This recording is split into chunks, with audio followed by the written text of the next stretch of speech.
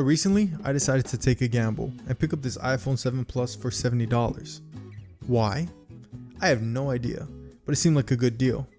Now that I'm $70 poorer, let's see how good this phone really is. First off, the thing is beautiful with its metallic back. It's light and simple. The iPhone sports the dual camera, which I believe was introduced with this iPhone 7 line. Opening up the iPhone 7 Plus is very familiar and has many of the apps you'd find on the latest iPhone. While 2016 doesn't seem all that long ago, that is 9 years ago, my friend. Almost a full decade. My first iPhone was a 6, and then I jumped to the 8 Plus, so I never got to experience the iPhone 7 in its heyday. The iPhone 7 Plus has a beautiful HD Retina display, which is great for watching YouTube or playing some games.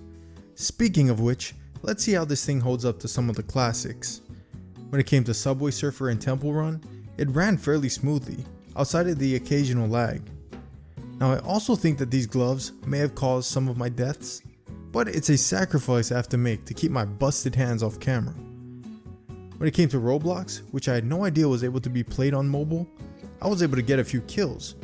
It ran fine for about 15 minutes before it went scorched earth and started burning my hands. Modern phones, many fall for the hype of the latest and greatest devices, but if you just use them for everyday things, the older phones can get the job done. One of the most important parts of a modern phone is the camera. The iPhone 7 Plus holds up fairly well when it comes to well-lit situations, and it can even shoot in 4K. The 7 Plus was the first iPhone to introduce the dual camera setup, and with that came portrait mode. Here are a few sample shots I took with it.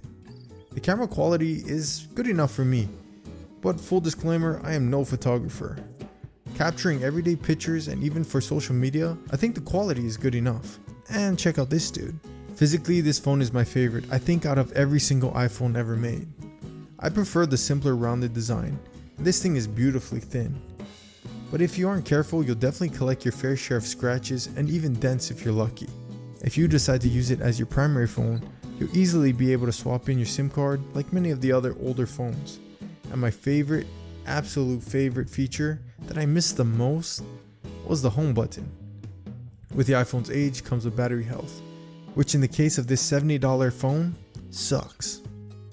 It says that it's at 78%, but that's straight up a lie. This thing will die in one day with absolutely zero use. Now, as just a device I use for gaming on the side, it's fine. But if the battery was fixed, this thing wouldn't be too bad as a legit everyday phone. What the iPhone 7 line introduced that still affects me to this day is the lack of the headphone jack.